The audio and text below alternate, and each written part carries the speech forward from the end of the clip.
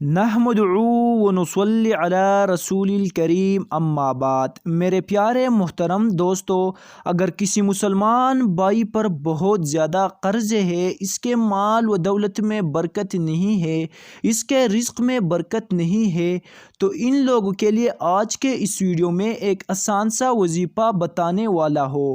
اگر اس وظیفہ کو صدقی دل کے ساتھ اور صحیح نیت کے ساتھ شروع کر دیا تو انشاءاللہ العزیز اللہ تعالیٰ ان کے زندگی میں آسانیاں پیدا فرمائے گی، ان کی قرضوں کا بندوبست خود اللہ تعالیٰ فرمائے گی، اس کے رزق میں برکت آئے گی، کیونکہ اللہ تعالیٰ غفور الرحیم ذات ہے اور اللہ تعالیٰ ہر کسی کا دعا قبول کرنے والی ذات ہے۔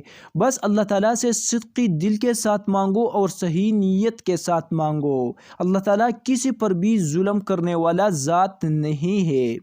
وظیفہ یہ ہے کہ ایک نماز کے بعد 40 مرتبہ لا الہ الا انت سبحانک انی کنت من الظالمین پڑھے، یعنی فجر، ظہر، عصر، مغرب اور عشاء کے نماز کے بعد ہر ایک نماز کے بعد 40 مرتبہ لا الہ الا انت سبحانک انی کنت من الظالمین پڑھے۔ انشاءاللہ العزیز چند دنوں میں اللہ تعالیٰ آپ کی زندگی بدل دے گا۔ اس وظیفہ کو ضرور شروع کریں، یہ وظیفہ آزمودہ ہے۔